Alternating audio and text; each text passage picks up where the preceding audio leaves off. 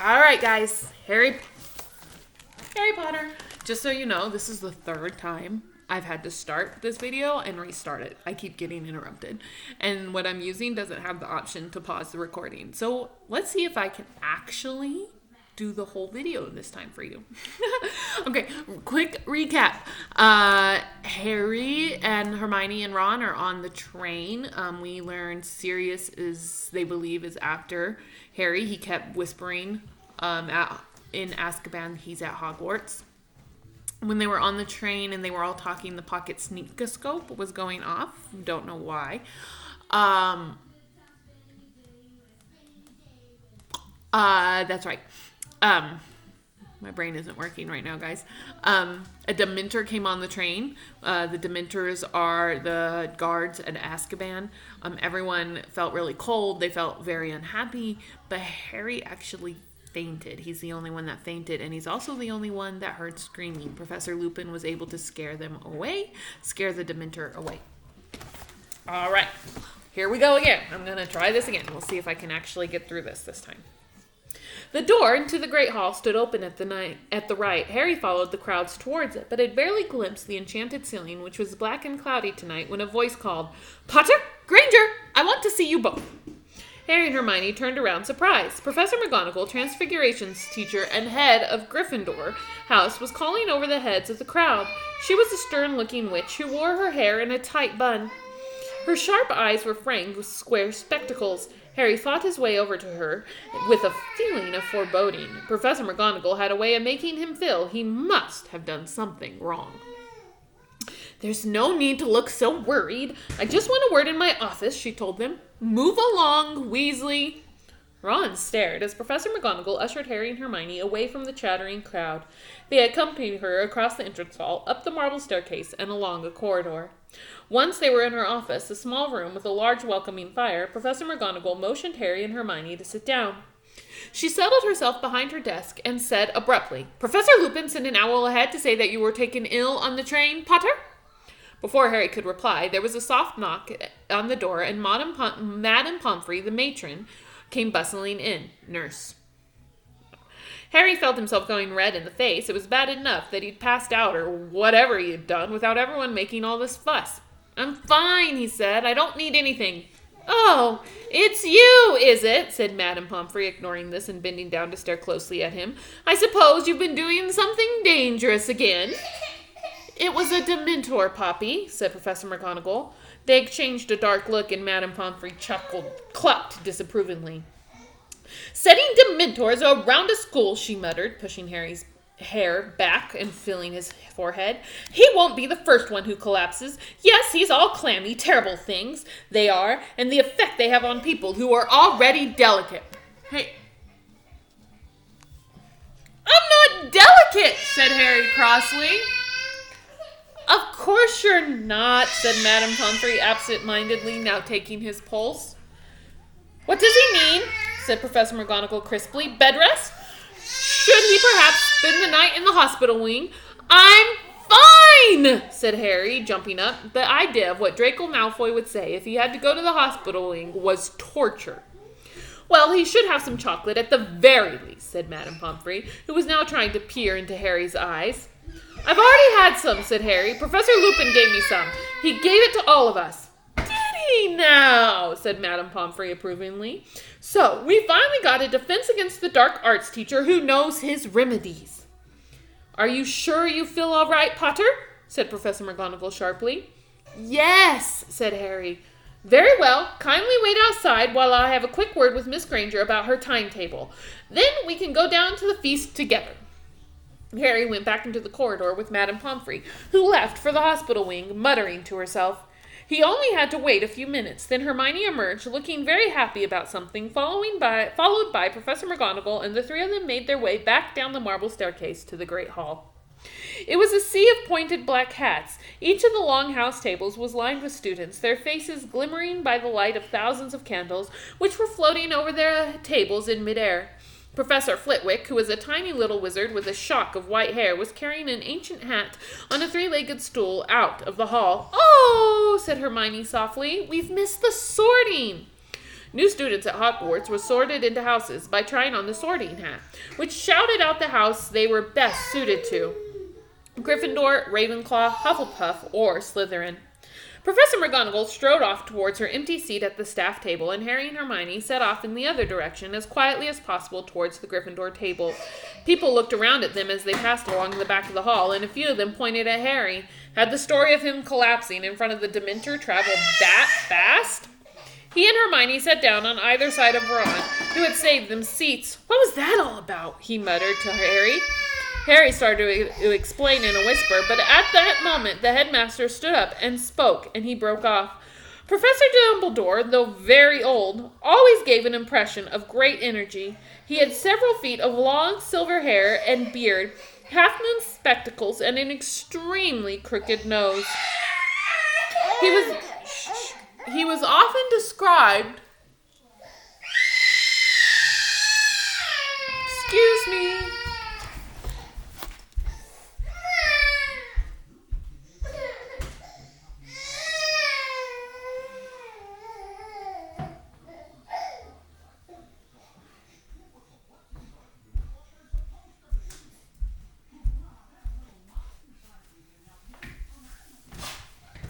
We're having a rough morning over here. He was often described as the greatest wizard of the age, but that wasn't why Harry respected him. You couldn't help trusting Albus Dumbledore, and as Harry watched him beaming around at the students, he felt really calm for the first time since the Dementor had entered the train and compartment. Welcome!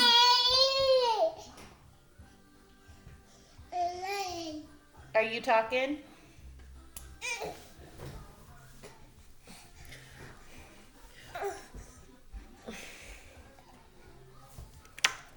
Guys, this is not working very well, is it? Welcome, said Dumbledore, the candlelight shimmering on his beard.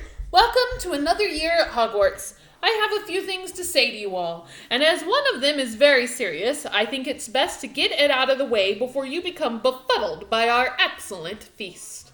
Dumbledore cleared his throat and continued.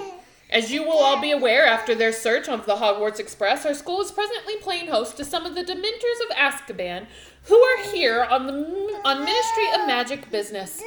He paused, and Harry remembered what Mr. Weasley had said about Dumbledore not being happy with the Dementors guarding the school. They are stationed at every entrance to the grounds, Dumbledore continued, and while they are with us, I must make it plain that nobody is to leave school without permission. Dementors are not to be fooled by tricks or disguises, or even invisibility cloaks. Who's he talking to? He added blandly, and Harry and Ron glanced at each other. It is not in the nature of a Dementor to understand pleading or excuses. I therefore warn each and every one of you to give them no reason to harm you. I look to the prefects and our new head boy and girl to make sure that no one runs afoul of the Dementors. Percy, who was sitting a few seats along from Harry, puffed out his chest again and stared around impressively. Dumbledore paused again. He looked very seriously around the hall, and nobody moved or made a sound.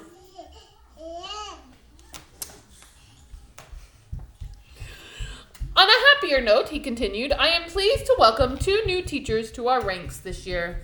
Firstly, Professor Lupin, who is... Yes, Brexlin, just open the oven door. Oy vey. Guys, sometimes kids. Woo. Firstly, Professor Lupin, who has kindly consented to fill the post of Defense Against the Dark Arts teacher. There was some scattered, rather unenthusiastic applause. Only those who had been in the compartment on the train with Professor Lupin clapped hard, Harry among them. Professor Lupin looked particularly shabby next to all the other teachers in their best robes. Look at Snape, Ron hissed in Harry's ear. Professor Snapes, the potion master, was staring along the staff table at Professor Lupin. It was common knowledge that Snape wanted the Defense Against the Dark Arts job, but even Harry, who hated Snape, was startled at the expression twisting his thin, sallow face. It was beyond anger. It was loathing. Harry knew that expression only too well. It was the look Snape wore every time he set eyes on Harry. As to our second new appointment, Dumbledore continued as the lukewarm applause for Professor Lupin died away. Well, I'm sorry to say that Professor Kettleburn, our care of magical creatures teachers, retired at the end of last year in order to enjoy more time with his remaining limbs. However, I'm delighted to say that his place will be filled by none other than Rubius Hagrid, who has agreed to take on the teaching job in addition to his game-keeping duties. Harry and Ron and Hermione stared at each other, stunned. Then they joined in with the applause, which was tumultuous at the Gryffindor table in particular. Harry leaned forward to see Hagrid, who was ruby red in the face and staring down at his enormous hands. His wide grin hangled in the tangle of his black beard. "We should have known," Ron roared, pounding the table. "Who else would have set us a biting book?" Harry, Ron, and Hermione were the last to stop clapping, and as Professor Dumbledore started speaking again, they saw that Hagrid was wiping his eyes on the tablecloth. "Well, I think that everything's of importance. I think that's everything of importance," said Dumbledore. "Let the feast begin." The golden plates and goblets before them filled suddenly with food and drink. Harry, suddenly ravenous, helped himself to everything he could reach and began to eat. It was a delicious feast. The hall echoed with talk, laughter, and the clatter of knives and forks. Harry, Ron, and Hermione, however, were eager for it to finish so that they could talk to Hagrid. "Not right now, baby." They knew how much being made a teacher would mean to him. Hagrid wasn't a fully qualified wizard. He had been expelled from Hogwarts in his 3rd year for a crime he had not committed. It had been Harry, Ron, and Hermione who had cleared Hagrid's name last year. "Baby, Mommy's busy. When I'm done, I'll put it on you, okay?" At long last, when the last morsels of pumpkin tart had melted from the golden platters, Dumbledore gave the word that it was time for them to all go to bed, and they got their chance. "Congratulations, Hagrid!" Hermione squealed as they reached the teacher's table. "All down to you 3, said Hagrid, wiping his shining face on his napkin as he looked up at them. "Can't believe it! Great man Dumbledore came straight down to me after Professor Kettleburn said he'd had enough. It's what I always wanted." Overcome with emotion, he buried his face in his napkin, and Professor McGonagall shooed them away. Harry, Ron, and Hermione joined the Gryffindors, streaming up the marble staircase, and very tired now, along more corridors, up more and more stairs to the hidden entrance into Gryffindor Tower. A large portrait of a fat lady in a pink dress asked them, "Password?" Coming through, Percy called from behind the crowd. "The new passwords for Tunut Major." "Oh no," said Neville Longbottom sadly. He always had trouble remembering the passwords. Through the portrait hole and across the common room, the girls and boys divided towards their separate staircases. Harry climbed the spiral stairs with no thought in his head except how glad he was to be back. They reached their familiar circular dormitory with its 5 four-poster beds, and Harry, looking around, felt he was home at last. Chapter 6. Talons and Tea Leaves. When Harry, Ron, and Hermione entered the Great Hall for breakfast the next day, the first thing they saw was Draco Malfoy, who seemed to be entertaining a large group of Slytherins with a very funny story. As they passed, Malfoy did a ridiculous impression of a swooning fit. There was a roar of laughter. "Ignore him," said Hermione, who was right behind Harry. "Just ignore him. It's not worth it." "Hey, Potter!" shrieked Pansy Parkinson, a Slytherin girl with a face like a pug. "Potter! The Dementors are coming, Potter! Woo!" Harry dropped into a seat at the Gryffindor table next to Ginny Weasley. "New 3rd-year timetables," said George, passing them over. "What's up with you, Harry?" "Malfoy," said Ron, sitting down on George's other side and glaring over at the Slytherin table. George looked up in time to see Malfoy pretending to faint with terror again. "That little git," he said calmly. "He wasn't so cocky last night when the Dementors were down our end of the train. Came running into our compartment, didn't he, Fred?" "Nearly wet himself," said Fred with a contemptuous glance at Malfoy. "I wasn't too happy myself," said George. "They're horrible things, those Dementors." "Sort of freeze your insides, don't they?" said Fred. "You didn't pass out, though, did you?" said Harry in a low voice. Forget it, Harry, said George bracingly. Dad had to go out to Azkaban one time. Remember, Fred? And he said it was the worst place he'd ever been. He came back all weak and shaking. They suck the happiness out of a place, Dementors. Most of the prisoners go mad in there. Anyway, we'll see how happy Malfoy looks after our first Quidditch match, said Fred. Gryffindor versus Slytherin. First game of the season, remember? The only time Harry and Malfoy had faced each other in a Quidditch match, Malfoy had definitely come off worse. Feeling slightly more cheerful, Harry helped himself to sausages and fried tomatoes. Hermione was examining her new timetable. Oh, good! We're starting some new subjects today, she said happily. Hermione, said Ron, frowning as he looked over her shoulder. They messed up your timetable. Look, they've got you down for about 10 subjects a day. There isn't enough time. I'll manage. I fixed it all with Professor McGonagall. But look, said Ron, laughing. See, this morning, 9 o'clock, divination, and underneath 9 o'clock, Muggle studies. And Ron leaned closer to the timetable, disbelieving. Look, underneath that, arithmancy. 9 o'clock. I mean, I know you're good, Hermione, but no one's that good. How are you supposed to be in 3 classes at once? Don't be silly, said Hermione shortly. Of course I won't be in 3 classes at once. Well then, pass the marmalade, said Hermione. But, oh, Ron, Hermione snapped. I told you I fixed it all with Professor McGonagall. What's it to you if my timetable is a bit full?